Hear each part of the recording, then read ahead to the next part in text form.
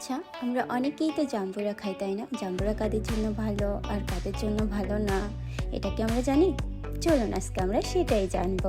জাম্বুরা অনেকেরই খুবই পছন্দের একটি ফল। জাম্বুরা অতি পরিচিত একটি মৌসুমী ফল। দামে সস্তা, মিষ্টি গুণের বিবেচনায় অত্যন্ত মূল্যবান এই ফল।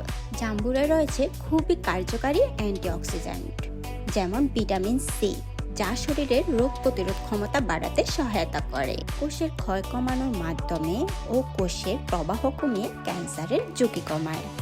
জাম্বুরাতে ক্যালোরি কম হওয়ায় ওজন কমাতেও সহায়তা করে। রক্তে খারাপ চর্বির পরিমাণ কমিয়ে হৃদযন্ত্রের স্বাস্থ্য সুরক্ষায় সহায়তা করে। জাম্বুরা খেলে ব্রেস্ট ক্যান্সার হওয়ার ঝুঁকি কমে। যাদের কিডনি সমস্যা আছে তারা জাম্বুরা কম খাবেন।